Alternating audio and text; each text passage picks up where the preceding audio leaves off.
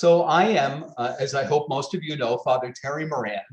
I'm the director of the Office of Peace, Justice, and Ecological Integrity for the Sisters of Charity of Convent Station, New Jersey. And I'm one of the sponsors of this series, to which it's my great pleasure to welcome you. This is our 6th session in our series on the 7 goals of the Laudato Si Action Platform. And the goal we'll be looking at tonight is ecological spirituality with Sister Kathleen Deignan. The series is co-sponsored by my office, the Sisters of Charity of New York, and ROAR, religious organizations along the river. We're delighted that this series has been so successful and so well received. We've had about 70 to 100 participants for each session, and 1,000 people have also watched the different videos that are posted on YouTube, as this one will be. So this will be recorded, as I said, and the link will be sent around in a few days after the conclusion of tonight's episode. So I now invite Sister Carol D'Angelo, who is from the Sisters of Charity of New York, to introduce our speaker, Sister Kathleen Deignan, who will also be leading us in the opening prayer. So Carol? Thank you, and good evening, everyone. And it does give me great pleasure to introduce Dr. Kathleen Deignan, or as many of us call her and know her as Sister Kathleen. And just when we were getting on, so many of us here certainly know her. So we're very grateful that Sister Kathleen accepted our invitation to be today's presenter and share from the wealth of her personal and professional experience. And I know from my participation in events that Kathleen has presented at or coordinated, that I came away with a deeper appreciation of Earth, of our connectedness to Earth and all its beings. Kathleen's artistic, poetic, and musical gifts and her focus on ritual have brought me to new experiences and understandings of living spirituality. But when I read Kathleen's bio that she sent, her Echo bio, I really thought it would be important, even though many of us know her, I thought it would be important for all of us to hear it as background of today's topic. A thread that weaves through her bio is her involvement in many groups, some of whom she co-founded, groups that are engaged in the work of personal, communal, and global transformation. And I know from just being at a few of the things, and certainly from listening to others, that these groups have been sources of community, support, nourishment, challenge, and hope for many. Kathleen, a sister of the Congregation of Notre Dame, is Professor Emerita of Religious Studies at Iona College, where she serves as founding director of the Deignan Institute for Earth and Spirit, a multifaceted project in support of the emergence of a global ecological civilization. A Green Faith Fellow since 2008, Kathleen is an alumna of Fordham University, where she studied under Thomas Berry, earning a master's degree in the history of Christian spirituality and a doctorate in historical theology. Her publications include Christ Spirit, The Pneumatological Eschatology of Shaker Christianity, When the Trees Say Nothing, Thomas Merton's Writings on Nature, Thomas Merton, A Book of Hours, and numerous published articles on integral spirituality. President Emerita of the International Thomas Merton Society, Sister Kathleen animates the Merton Contemplative Initiative at Iona College and is co-convener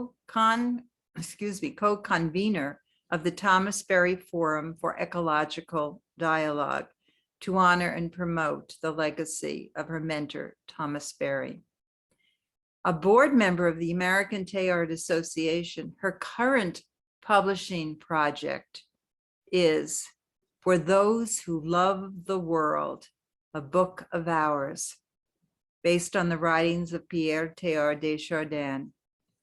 Sister Kathleen is also co-founder of Schola Ministries, a project in service to the contemplative and liturgical arts, which has produced a dozen compact discs of her original sacred songs. And she is currently working to publish the prayers of John Battista Giuliani, recently deceased founder of the Benedictine Grange, where she was liturgical composer in residence for over 40 years. So we have some new publications, yes, Kathleen, to look forward to. That's great. And as Professor Emerita of Religious Studies at Iona, Sister Kathleen is now engaged in a ministry for ecological transformation, inspired by Pope Francis's integral ecological encyclical, Laudato Si. So we really are looking forward to hearing you today.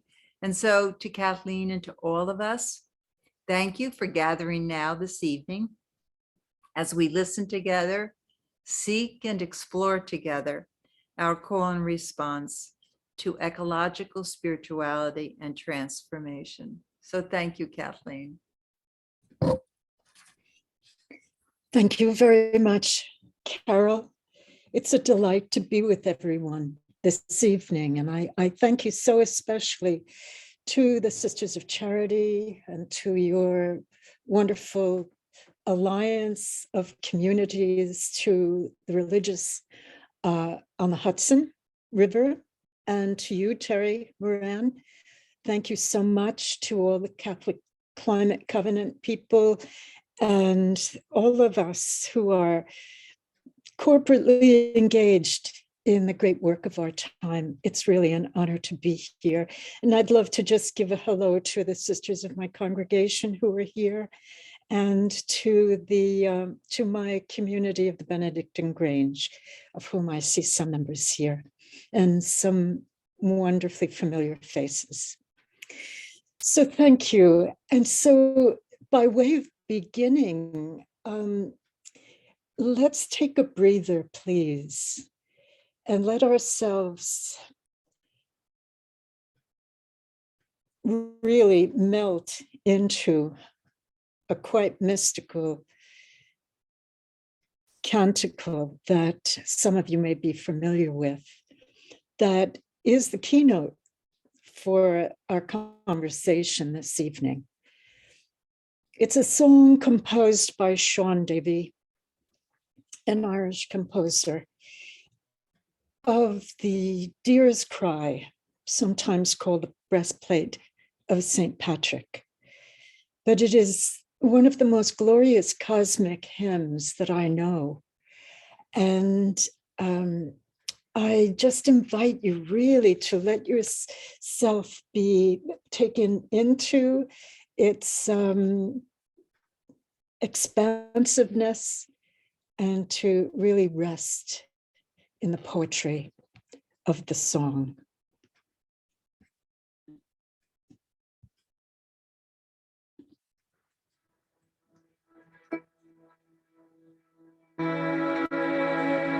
I arise today through the strength of heaven,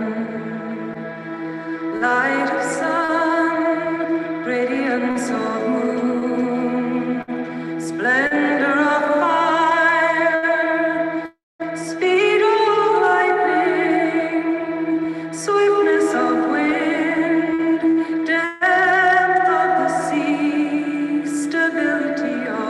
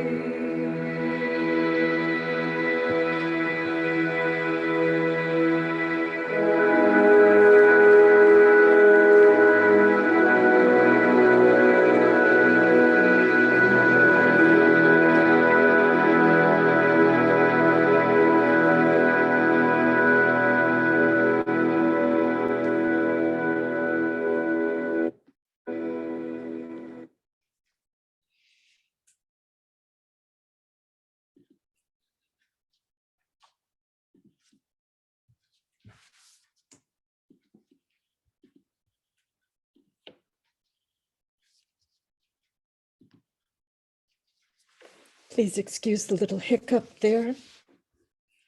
That was compliments of Nina Mary Deignan. She is a feline of the Congregation of Notre Dame, and she has to get in on everything. So thank you, and let's begin our reflection.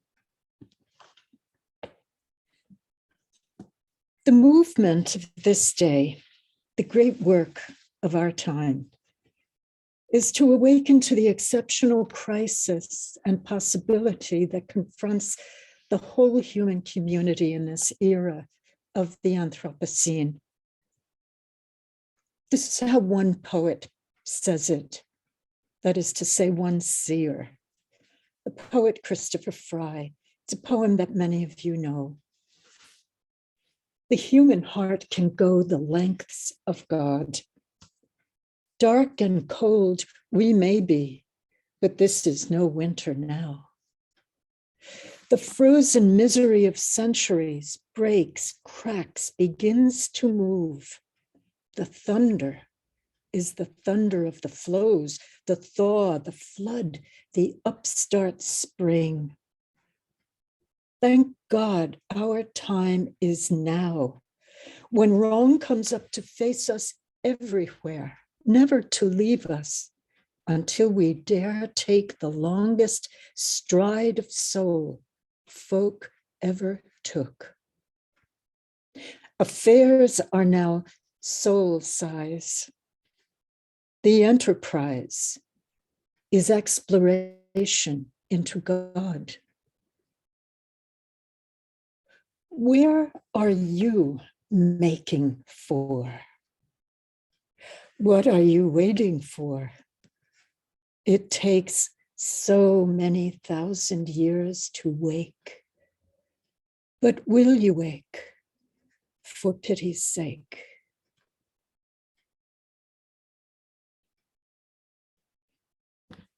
Great question.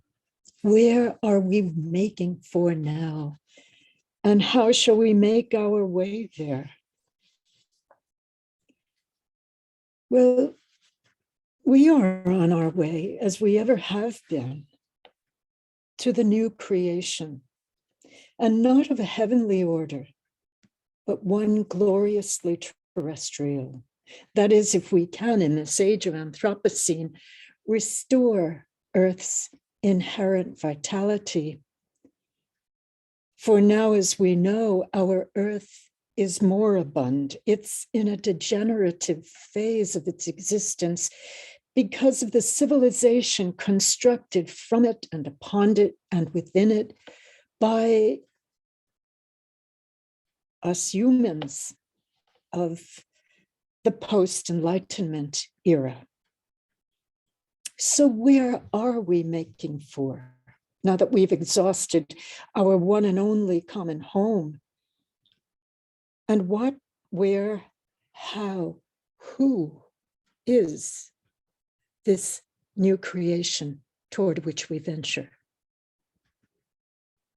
Our new creation is the new earth cultivated by the new humanity that we are laboring to become, as announced by the pioneer of evolution, the living Christ.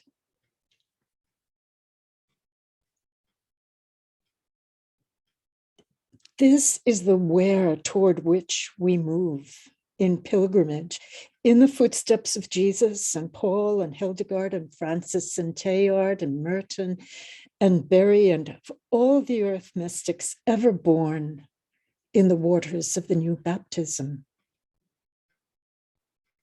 You and I enter into this journey as the nearly post-humans of the 21st century.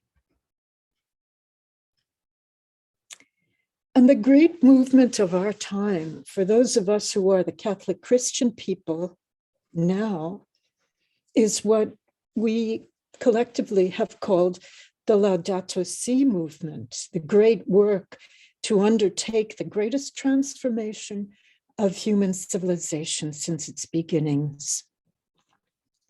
But far more deeply still, the great work of the Laudato Si movement is the liberation of our human nature from its arrestment in the technotrance, this mechanical, materialistic phase of our evolution, so that we might recover a more organic, earth-sensitive phase of being human, and thereby let everything and everyone catch a breath of life.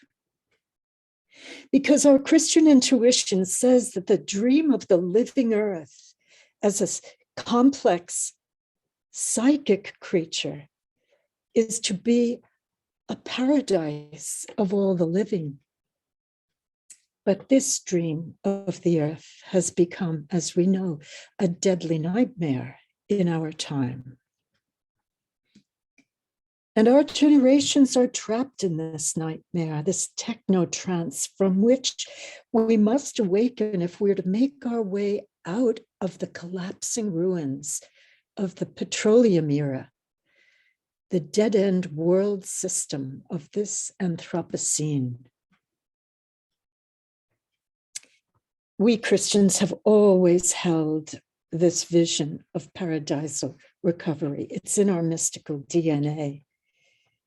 Because faith for us is not an intellectual or rational assent to the unknowable or the unprovable, to a set of beliefs. But faith for us is an irrepressible confidence of knowing at a deeper level, an awakened sensation of the presence of the divine presence throughout the cosmos. That's what our faithing is about. We don't have to believe it. Faithing for us is experiential. It's a modality of knowing. We can say that it's a sensation, it's sensational. Excuse me for a moment.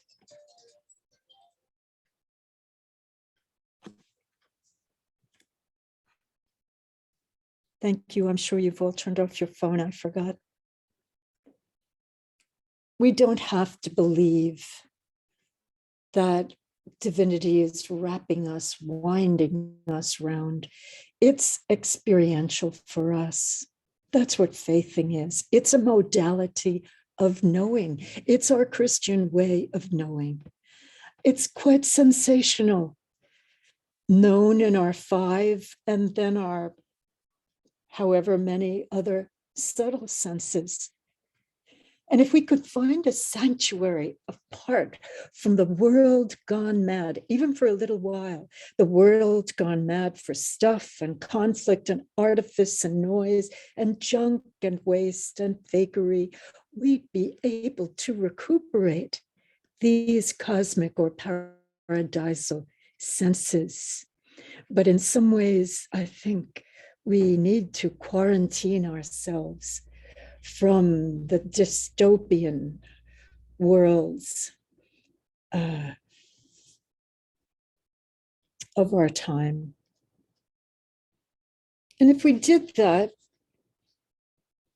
COVID has given us 3 years of quarantining. Maybe that was its gift for those of us who didn't die. If we could do that, if we could find the sanctuaries where we could experience again how our whole sensorium could be alive to the presence of divinity, shimmering, breathing, living, speaking, pulsating in everything, we would again quiver, I think, to the thrill of divinity caressing us all around, of awakening to the stunning cosmos, the way our primordial ancestors did once upon a time,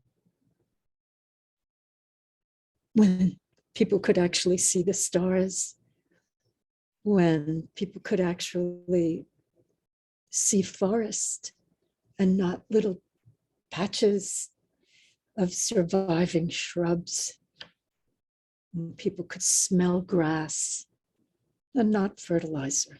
Oh, if we could only trust this undefinable capacity of our human nature to sense and to respond to the living cosmos, that is to say, to the body of God unfolding throughout the universe, we could be that new creature to serve a new creation.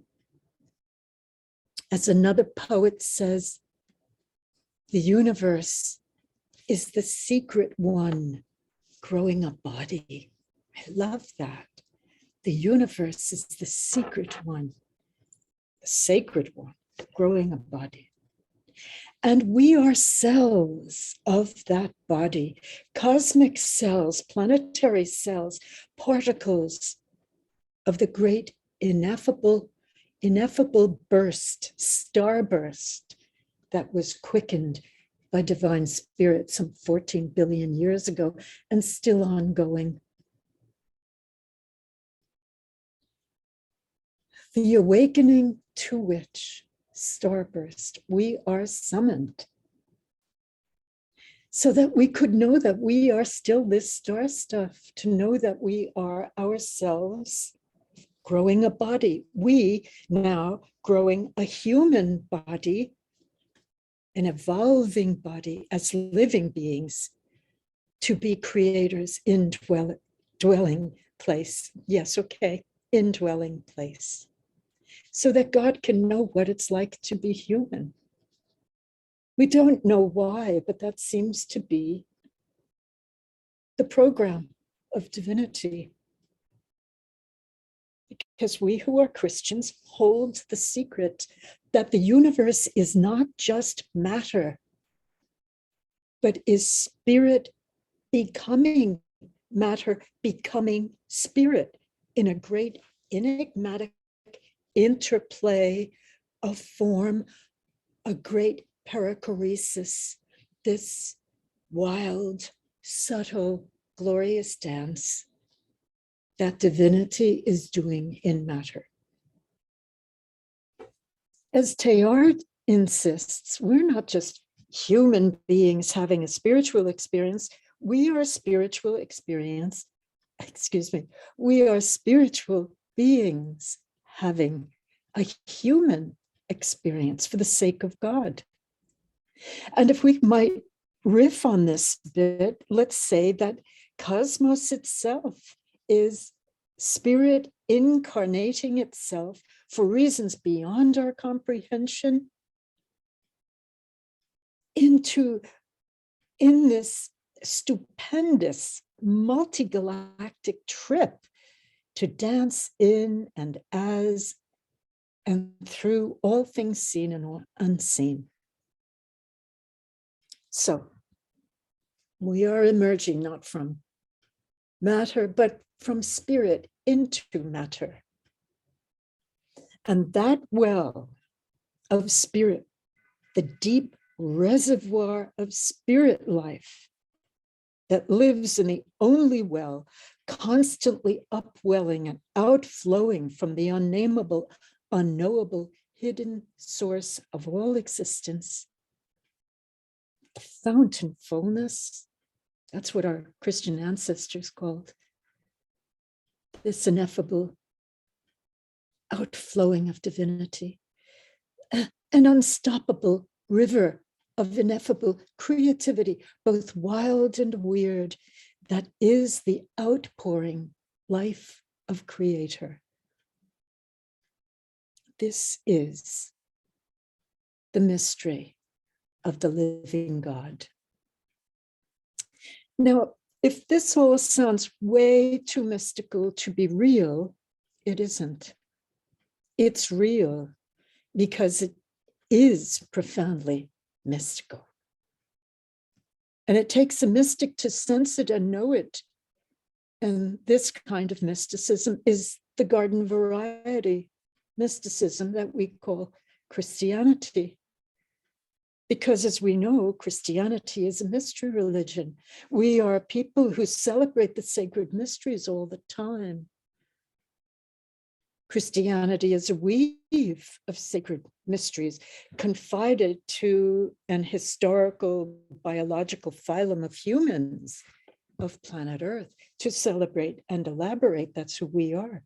None of these mysteries are separate from one another, as our beloved teacher, master Thich Nhat Hanh would say, they inter-are. They're a tangle, they're a weave, they're a perichoresis or dance of divine energies playing out in this evolving, utterly wild and weird cosmos, playing themselves out in you and me. That interplay is the pattern of what we call spirituality. So the question before us this evening concerns the nature of a nature spirituality, an eco-spirituality, a spirituality of the house, of the living house, not just of Earth, but of cosmos. The great house divinity is building out of its own divine stuff. And so the question for us this evening is how to inhabit the great house, the great ecosphere, more expansive than Earth, but doing it on and in and as the living Earth. So if we can hack the knack for living in the great living house of divinity incarnating, if we can hack the knack for really feeling and knowing that we each and together are its living facets, we'll be dancing in the koan. That koan that we're asking this evening. What is ecological spirituality and how do we do it?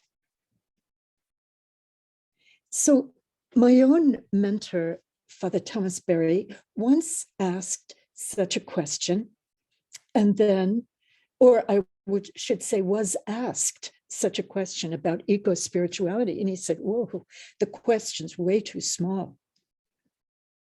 Eco-spirituality is not something humans do or cultivate or generate. It's something humans enter into. Not a human kind of spirituality, but entering into the spirituality of the living earth. That's what ecological spirituality is.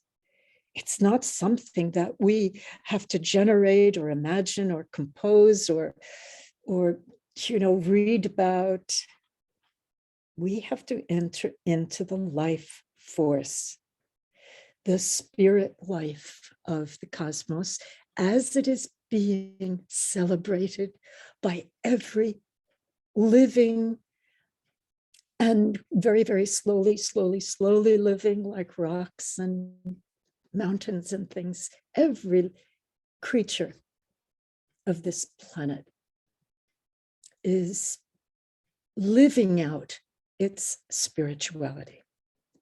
So by way, if we can leave our two anthropocentric ways of seeing, we might see our way into the spirituality of the earth and find our place as celebrants, as embodiments, as priests and shamans of the cosmos, because it may be just for this kind of bliss that we have emerged among the creatures of earth, of cosmos.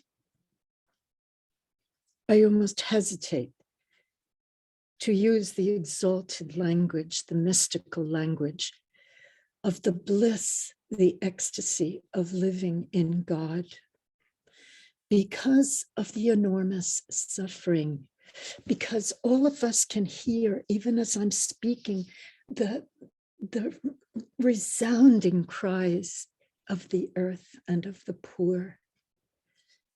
But it is for them that we must undertake the transformation of our spiritual life into a living, celebratory life of being earthling and being the caretakers, the governors of paradise, this realm entrusted to us, which we have so poorly cared for. So I'd like to share with you, by way of opening up a conversation, what I've come to call the ecozoic koans of the blessed teacher, mentor, prophet, mystic of the ecozoic, Father Thomas Berry. Father Thomas said, you know, that we have got to really find our way into a new world of our own generation. We have to become the builders of a new earth, echoing his mentor, Teilhard, right? Our task now is to build the earth. And Father Thomas said that there are orientations that we could take up that would be pathways on which we could find our way toward this new creation. And I'll share them with you if I may.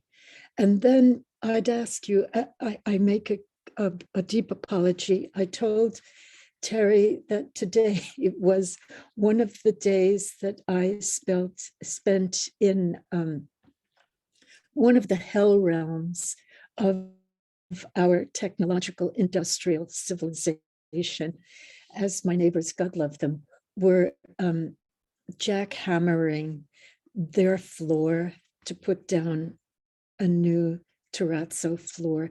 It was like having a drill bit in my brain. I could hardly think.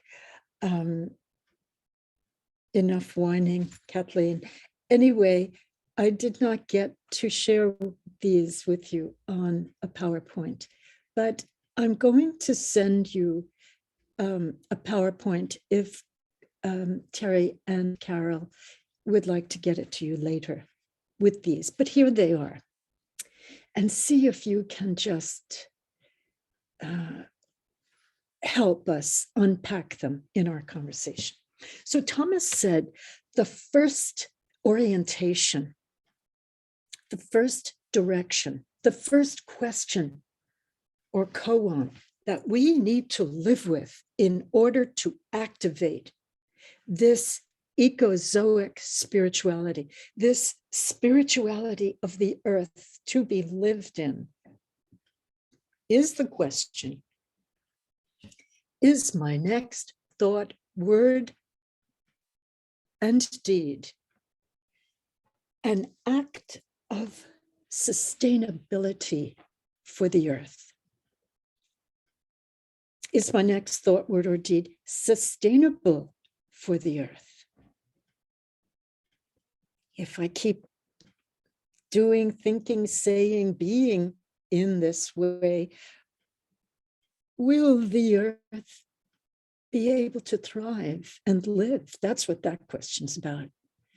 Is my next thought, word, or deed sustainable for the living earth? The next koan, the next examen, is the question, is my next thought, word, or deed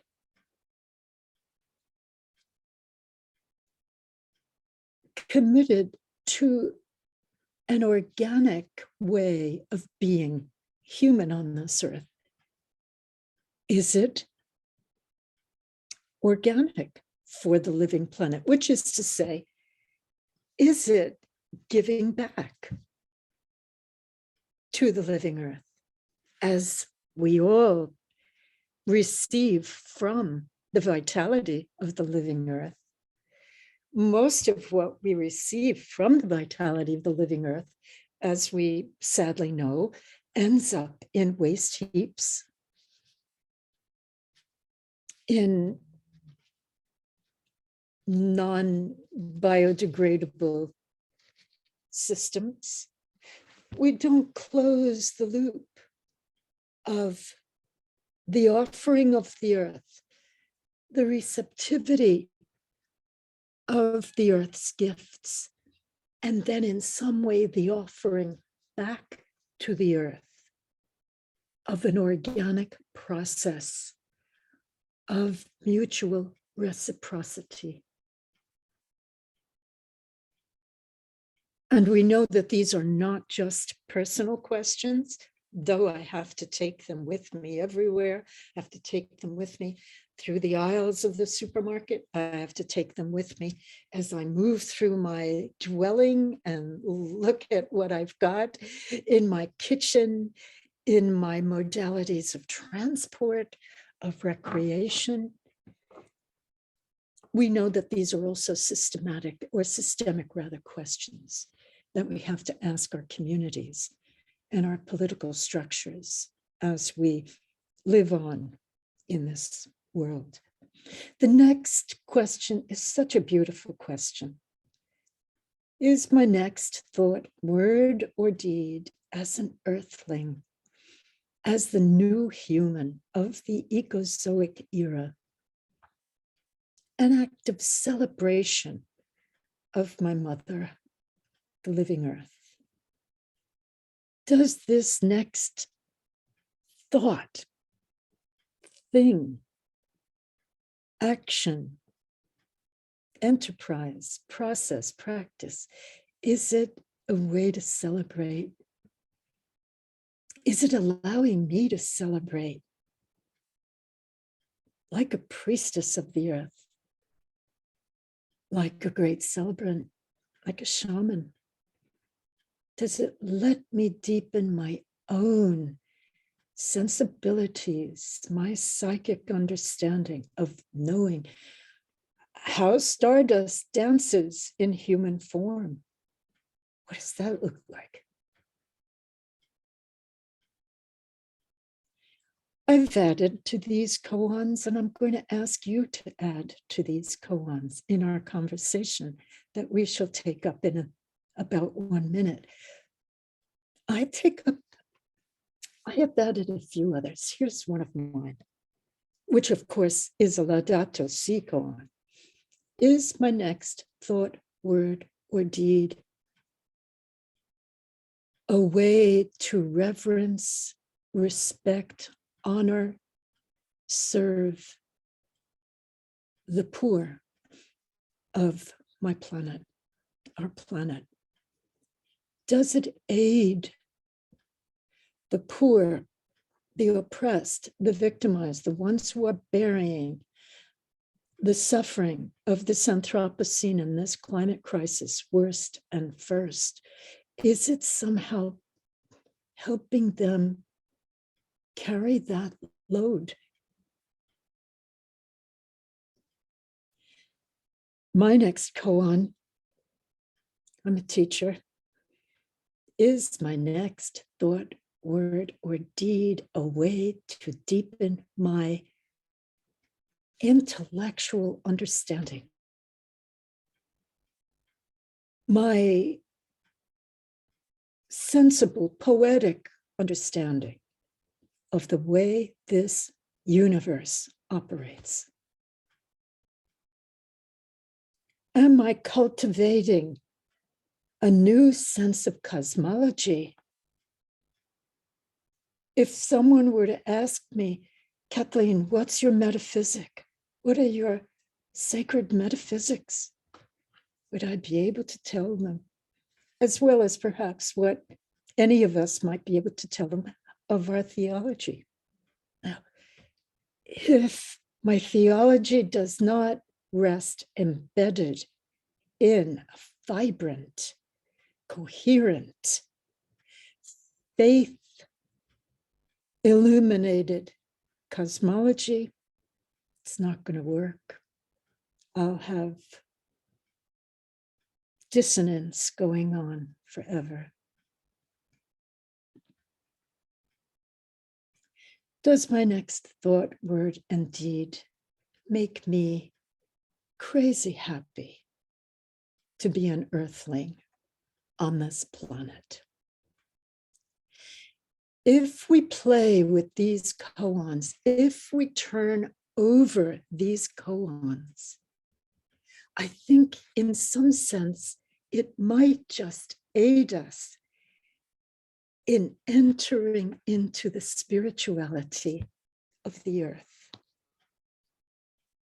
Not a human-made spirituality, but a ready-made, cosmic-made spiritual vitality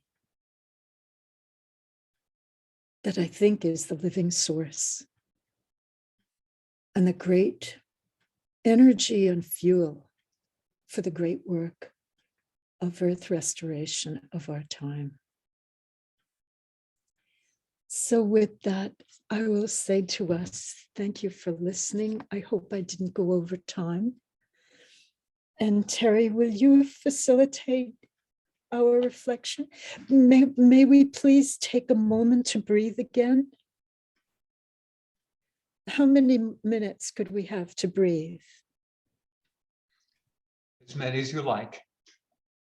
Okay, then may I please let us once again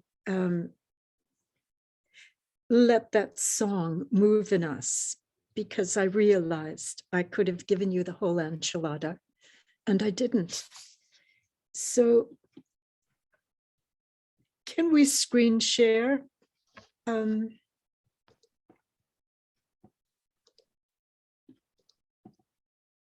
This screen sharing is enabled. Thanks very much.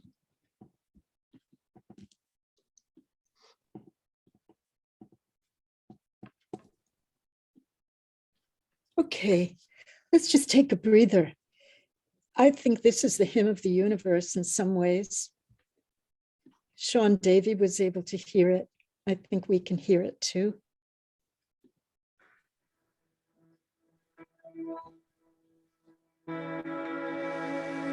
I arise today through the strength of heaven, light of sun, radiance of moon, splendor of fire, speed of lightning, swiftness of wind, depth of the sea, stability of earth, firmness of rock. I arise today through God's strength to pilot me, God's eye to look before me, God's wisdom to guide me, God's way to lie before me, God's shield to protect me from all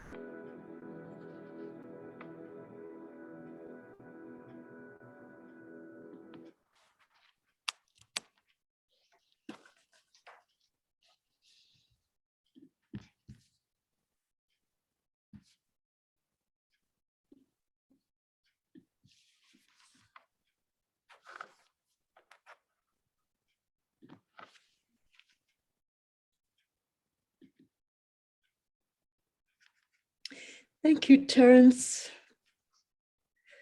for aiding us in our conversation now. You still have your screen visible, Kathleen. Sorry, I'll fix that.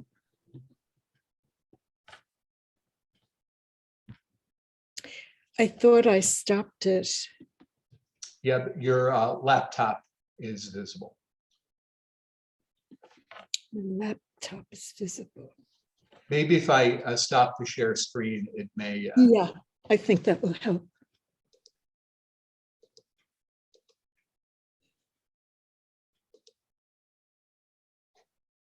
Nope. You know, That's it not- says Pat Reynolds screen. We're viewing sites of Pat Reynolds screen. That's what it's saying. Oh. Well, there's nothing I can do about that then. Let me see if we can.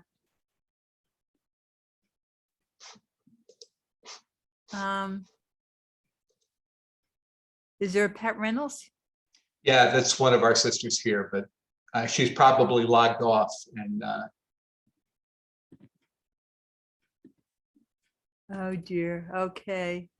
Well, we can still see if you have your, what is it? You know what I did? Side by side. I Yeah. just pulled the gallery over and it diminished that view entirely. So I can see. Oh, that's true. I just did that too. Thank you. If For you can those- do that. yeah, I did that too. Great idea. Thank you. So Hopefully if you all the know how others to can do do that, it. just drag your screen, your gallery screen to the your left, and that will reduce the Pat Reynolds, who will be severely punished tomorrow. Mhm. Never mind, tomorrow I'll wake her up and chastise her. So I'm here. okay, we seem to be, well, never mind, Pat. We can see your screen, but we've taken care of it. Do you hear me? Yeah, How Terry- do we move the screen to cover it? Yeah, Terry, we still see it. if you put your cursor on the left side of the gallery view and just pull it to the left, that will make the gallery view occupy the most of the screen and will reduce Pat's thing. It's not working. It doesn't say gallery view. It just says standard side by side gallery. Yeah, don't look at that. Where you do you see all the little boxes? On the top, on the right, we have it. If you have all the little boxes, put your cursor on the left of side of the boxes and just drag it to the other end, to the left side of your screen. Mine just does it one at a time. Okay, rather than waste a lot of Yeah. time, Yeah, finish the job finish. with this. Yeah, well, Uh, there we I are. got it. There we are. Got it. Okay, Wonderful. great. How that happened. Let's talk together. Yeah, I had some suggested questions for sharing, but they're very inferior to the ones that the ecozoic koans that Kathleen gave to us so beautifully. So I invite anyone who would like to. What stirs in your heart and your mind when you reflected on those profoundly mystical questions that Kathleen posed to us? So you might want to address one of them or two of them, but certainly not all of them. So when you're ready to share, feel free to unmute yourself and share your wisdom with us.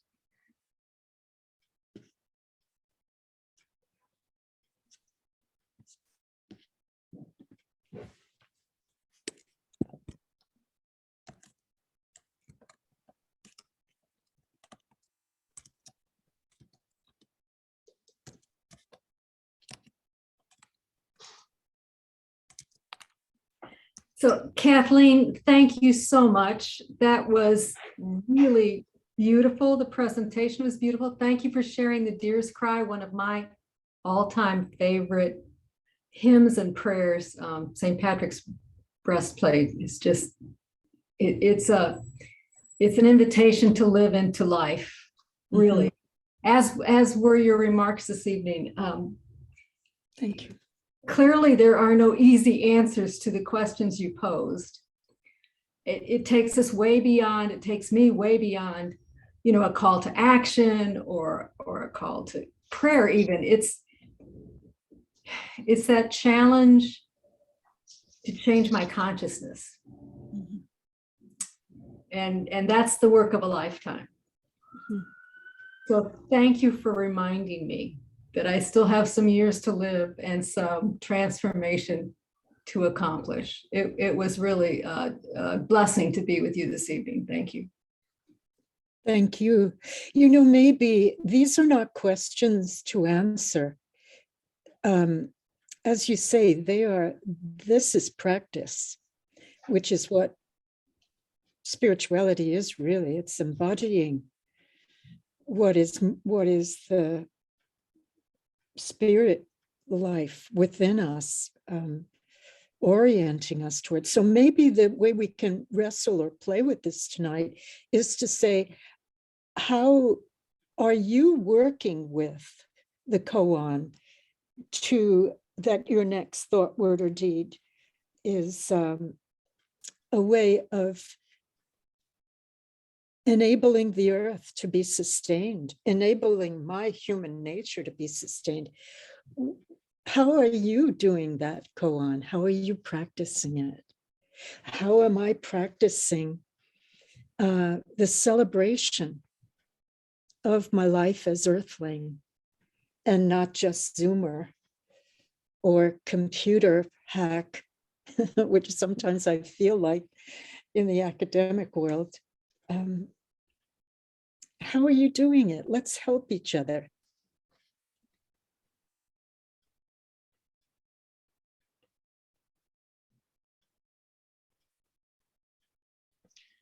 I forget which koan it was part of, but I was very struck by your references to this is all about bliss and the wildly crazy adventure of being human in this cosmos. And I find that's a very, very profound insight. And I think my experience has been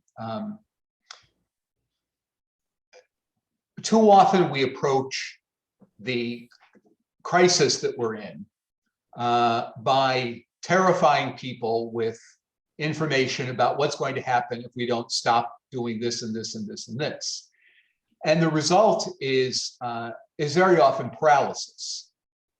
But I think when we, as you said, help people to tap into the bliss of a different human earth relationship, it shifts the energy for people. It's much more blissful to eat a tomato that you've grown warm and fresh off the vine than it is to eat one that's been flown in from Chile in the middle of February.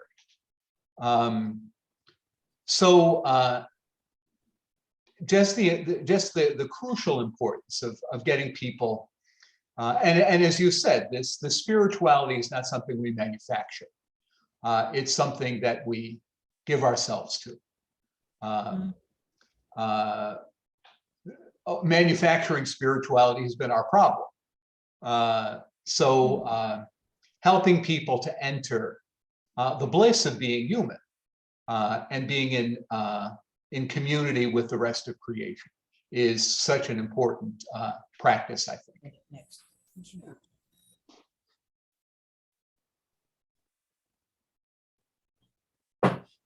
Donna?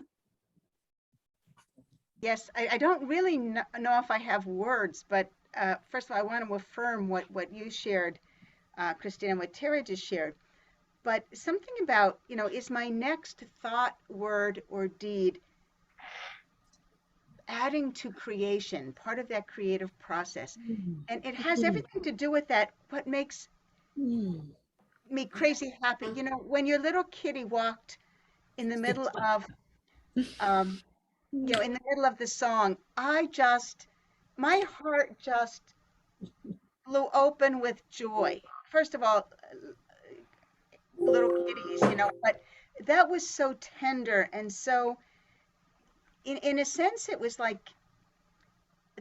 this creation just interrupting in a beautiful way what we had planned. I'm sure you had planned, that beautiful song to continue. And this beautiful creature just aroused my attention. And there's a sense of adding to the creativity, to that creative process, that even that little creature um, wanted to be a part and was a part of this, our circle, our we space, our, you know, Mhm. um, I, I don't know what else I want to say, but I do believe truly that, to be more conscious for me, for us, but for me to be more conscious of, is my being, my thought, my word, my deed, my being, is it adding to creation, to that creative process, or is it taking away? Um, and just that little wonderful example of that little kitty is just breaking through what we humans had planned, and just bringing, for me at least, just a wonderful sense of bliss and joy. Thank you, Donna. I'll pass on your affirmation to her. You've given us a wonderful way forward. And I don't think I'm going to be able to do any sharing of Father Thomas's koans again without adding as my next thought, word, and deed, an act of creation to enhance the vitality and the novelty of this universe. So, but I think you've given us a pattern. What else? Each of us can imagine ways to add to this litany of ecozoic koans. I mean, I have about 5 more, as my next thought, word, or deed, a participation in dreaming the common dream that Father Thomas speaks of, that we have to dream in a shared dream experience, the contours of this new earth. What do you think? The IHNs in Peru have their hand up. Yeah. Well, as you know, we're kind of at the end of the pandemic, and the bishop from the Bishop's Conference asked us all to pray the Angelus every morning together to protect the people and for the cure of the people who are suffering from COVID. So the other morning in the chapel, it was my turn, and I was praying the Angelus, and a little spider was crawling across the floor, and the spider stopped. I think it was by the vibration of my voice, and the spider just stopped and stayed there until the end of the prayer. And so I was able to say to Aunt Ansel, that spider participated today. And we do live in the midst of livestock. I mean, we do have the smell of the sheep here. And we have a parade of ants that crawl across our chapel floor.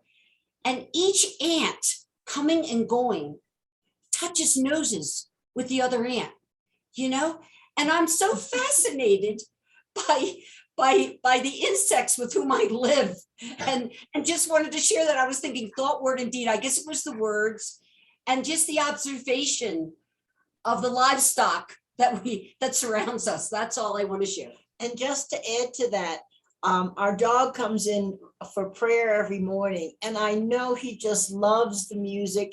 He loves to listen to the rhythm of our prayer and to enter into that. And I know he totally enjoys it. Yeah. So wonderful. That's the living prayer book, right? That's the living Psalter, the book of creation. And I mean, would that the spiders could teach us to weave webs of connectivity, to link us to each other, to hold things together. Thank you. I have total admiration for ants, by the way. Yeah. I don't know how to get in. Mary Catherine, yeah, I see her. Yes, I don't know where this really fits in, but a word that just keeps going through my mind as I listen tonight is incarnation. It And doesn't fit in. It's the whole enchilada. it's the whole, It's the whole thing. Incarnation. So, Mary Catherine, how's the incarnation going for you? one thing, it's more of an understanding of all the interconnections, but yet the presence of God among those interconnections.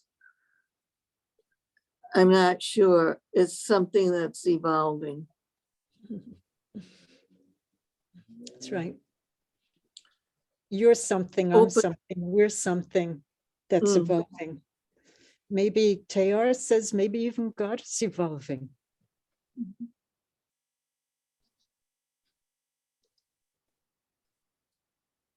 Thank you, Mary Catherine. You're welcome. Another heart stirring. Betty?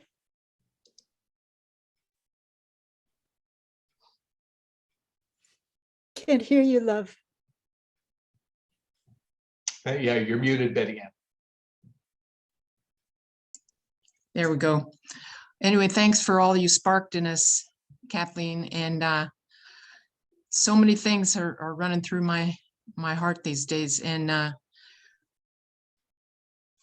I think one thing that I'd share first is that when we work in the garden, it's been so amazing, even though it's a distance now because of the weather, but we used to stop and notice praying mantises, and everybody'd say, hey, you gotta come over and see this. And we'd all stand there and we'd be so quiet and still. And we're like, don't shake anything, just watch, you know?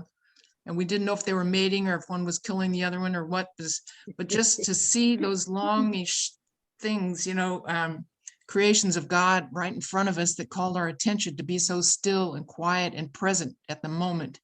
Was it just, that's a second thought that I had, but the first one was completely different. And it was because today I was at the computer at work, and I was reading some responses to an issue that's come up, and people, I couldn't believe how many people responded. And it was all about this man. I can't remember his first name. I've heard it before many times, but his last name is Pelletier. And he's a Native American man who's been in prison for quite so many years. And right now he caught the COVID and he's very sick, and they're not giving him any treatment, and he's in isolation, and he didn't even do the crime that he's in there for. And some people wrote brief things, but some people who knew him well and of his work in the past poured out their soul, telling us who he was and, you know, what was happening. And I just felt like an evolutionary consciousness of this one person who he's been in prison for many years, and he's turned to art, and he's doing beautiful artwork and things like that, but they're not getting good food. They're not getting any health care, and he's left there to die. And here's all these people who know him and know what he stands for and who he is as a person. And one after another, we're saying, you have to write to the president. Nobody else is going to listen. And why Obama didn't do it, and why Clinton didn't do it. And, you know, but this is our time. You know, how can we, I don't know, amass ourselves into a way to respond in a way that gets someone's attention to do something? Because we can't, what can we do? You know, we're far away from him, but you know, it's a creature, a human being who has a heart and soul, and is unjustly treated, as so many are these days. The young man that was shot in his bed because they burst into his room yesterday. You know, it's like, how can we all pay attention to these things? And it's beyond political parties and all that. It's humankind responding to other humans who are suffering at personal cost. And we don't even know about it. I think what you're underscoring for us is that ecozoic spirituality is not simply growing tomatoes, although I'd love to do that. But I'm an urban cowgirl and I can't do that. I live in a big concrete thing.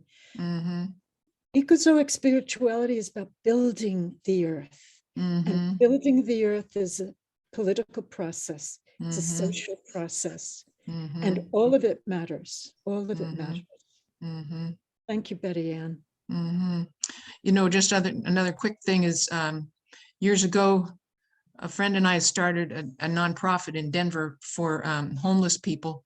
And our idea in the beginning was to take them on day trips into nature. Mountains, plains, foothills, suburbs, you know, to go and see things, see new things, and gain a heart for the earth, you know. And a lot of people were from lots of different cultures. You know, there was 400 to 600 people, homeless people a day in this day shelter that we went to. And we had our 2 little cars in the beginning, so we get 4 guys in. Mine didn't have a bump in the back seat, so I could have 3 guys with their big feet in the back seat, you know.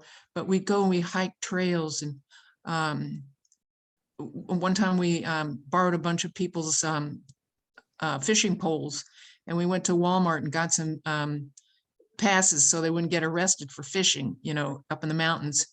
But to see how some guys were having the funnest time laughing and carrying on across the lake. One guy sat by himself and was so still and quiet, he never moved. You know, but it's like everybody gets what they need when you step away and can find a niche, you know. And to see how the humor in people's relationships, it's kind of like a flower sprouting. You know, they'd say, well, do you think we could go to Coors Brewery over there? I said, I don't think so. There's a lot of people trying to stay away from that kind of thing. They said, but it's of nature. You know, I forget what you call that stuff, but anyway, anyway, they say that grows from nature. And I'm like, that's true, but there's other ways we can see nature without going where you can get samples of beer, you know. Thanks. But the humor and all that goes with it, you know. Thank you. Thank you so much. Does anyone else have a way to weave in to this reflection? Just what Betty Ann was alluding to, practicing what Thomas called the art of evocation. Yeah. So thank you, Betty Ann, for taking those people to the mountains and evoking the universe within them. And thank you, Kathleen, for your thoughts and words and deeds in this presentation. Those were practicing that art of evocation within us this evening, and I thank you for that. So that's what I attempt in my ministry when I can, to elicit or evoke the universe within others, taking them out in nature by my own creativity, my words, my rituals. I also appreciated what you said, Kathleen, about mutual reciprocity. It's mutually enhancing human-earth relationship that Thomas calls in this great work of our time. And I'm stuck in New Jersey right now in kind of an urban setting, but there is a plot right outside the home where there's a mound of autumn leaves stacked. And if I dig deep enough in that mound, even in the wintertime, I'm able to break through kind of the permafrost of New Jersey and get down to the soil where it's warmer and find actual earthworms, even in the winter, you know, about 12 inches down. And I bury our compost there almost daily. as food for this whole web of life that's right beneath our feet that we don't even ponder. So I like what you said about my next thought, word, or deed, committing myself to this organic way of being. Thank you so much, Maurice. You make me think of guerrilla composting. I need to do some of that because in my big building, they don't do, I can't compost. And one of the things that accuses me daily is the organic waste that I'm not able to give back. I'm not able to close that circle with my mother, who has given me all this food, you know. Thank you. Thank you. Another voice. Mary Gannon. I'm way out of my league here with all you people, especially you, Kathleen. It was, I don't know, very, very special experience listening to you. When you said, I think it was the second, is my next thought, word, or deed committed to an organic way of being human on this earth? And under it, I wrote, is my next thought or word or deed giving back to the living earth? Yes. And I have to say, like, I always think I love nature, I love animals, but I always feel like they're there for me to like, they're there for me to see. I'll look out at a sunset and start singing John Rutter's For the Beauty of the Earth, and it's freely given to me. It's given to me. I don't really think of what I'm supposed to be giving back. You know, I know the actions that we're all talking about, Laudato Si platform. I know that, but they don't come to my mind really when I'm looking at the beauty of the earth. And I don't. Mary, did you ever think that the earth was looking at you? No, I don't. Did you ever think that the bird you admire or the tree you admire is admiring you? No, it's only a one-way street. Yeah. How do you think you can work your way into something more mutual? That's a very good question. Well, you've made me much more conscious of it. You know, you've made me much more, I do talk to the animals, you know, like from my window, the squirrels that I feed, and, you know, I kind of have a relationship with them, as odd as that might sound, but Doesn't sound odd. It doesn't sound odd in this thing we're trying to generate. yeah. Well, But I it think I sounds could like work harder on it. you're actually doing it. Maybe you don't realize it. But what if the trees wanted to admire you? Or what if the trees wanted to witness you and say, Mary, for God's sake, will you try to save my life? It's That's what they're saying, I guess. living dialogue. It's a vocabulary that we're sharing. The word becomes flesh in everything, not just the human. One of the big renunciations, well, here's the next thing, is my next thought, word, and deed, a renunciation of my anthropocentricity, my human-centeredness, for the sake of belonging to the commune of creation. It's beautiful. Thank you. Thank you, Mary. Thank you. You've helped us.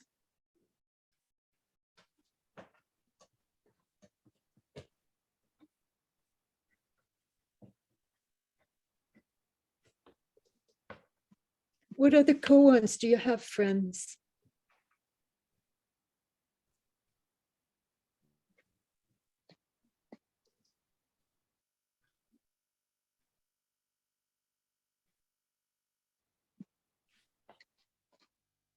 Oh, am I unmute? Am I muted? You're good. I hear you. Okay. Well, I just wanted to say a little thing. Every morning I celebrate the new day with my house plants. I have a number of little house plants on my south facing and east facing windows, and every morning we praise God together. I play a hymn of praise, and together we praise God together. And they like that. And I like that, praying with them. And then the trees outside my window, I include them sometimes when I'm looking out the window. So it's just a lot of fun to celebrate that way. Celebrate the new day. Thank you. Who was that, by the way? Jean. Jean Goya. Yeah. Jean, thank you. I celebrate with my houseplants too, and they're scolding me because some of them are drooping a little bit. And I celebrate with this little being because she's a wonderful teacher of what it means to simply enjoy being in her body. She loves to be a cat. She loves to delight in her dreaming. She's a dreaming being, you know, she spends most of her existence sleeping. I'm so jealous. You know, eating and sleeping and cuddling. And she's a great teacher, really. And I often say to her, Nini, what is God being in you? It's just undeniable that she is an instance of the incarnation. I always think, you know, before God decided to take on human form, God took on the most bizarre forms. I think of those massive turtles. Do you ever see them? I see them in the museum. Those huge, massive turtles. When I witness them, I'm stopped in my tracks. And I say, what were you doing? Oh, word through whom all things were made. What were you saying or being?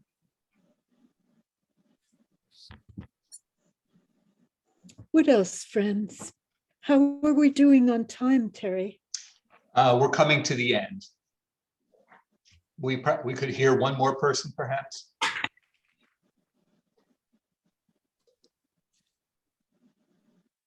I would like to express my joy of looking forward to springtime. I have these trees out in front of my condo, and they're called trees of heaven.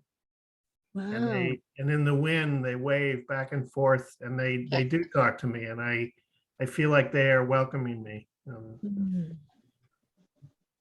love that. Beautiful. Thank you, Michael.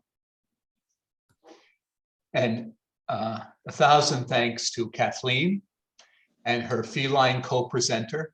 Yes, wherever she is now, house wrecker. She can turn any piece of fabric into mohair. That's her way of contributing to the great work. I guess. And making more work for you. So thank you so much for that beautifully mystical presentation that engaged us, both our heads and our hearts, and certainly motivation for different ways of living and thinking. I know all of us will be sitting with those echozoic koans for a long time. And please do send me the text of them, and I will get them around to everybody. I will. And thanks as well to all of you for your very rich sharing. Just a reminder, a sad reminder, that our series is coming to an end. The next session will be the 7th one. And that's, so mark your calendars for the first Monday of March, March 7th. And the theme will be the last of the Laudato Si Action Platform goals, community engagement and participatory action. And our speaker will be Nancy Lawrence from the Metro New York Catholic Climate Movement. So we look forward to seeing all of you again for our final send-off, the 7th goal on the 7th of March. Take this beautiful experience, those deep, deep questions, and take them into your sleep as the cat will. So thanks to Kathleen, thanks to you all, and have a good evening. Terry, thank you, Carol. Thank you, Terry. Thank you, everybody. Thank you for coming. My joy to be with you tonight. Thank you, everyone. Thank you, Kathleen. It was beautiful. Put your room.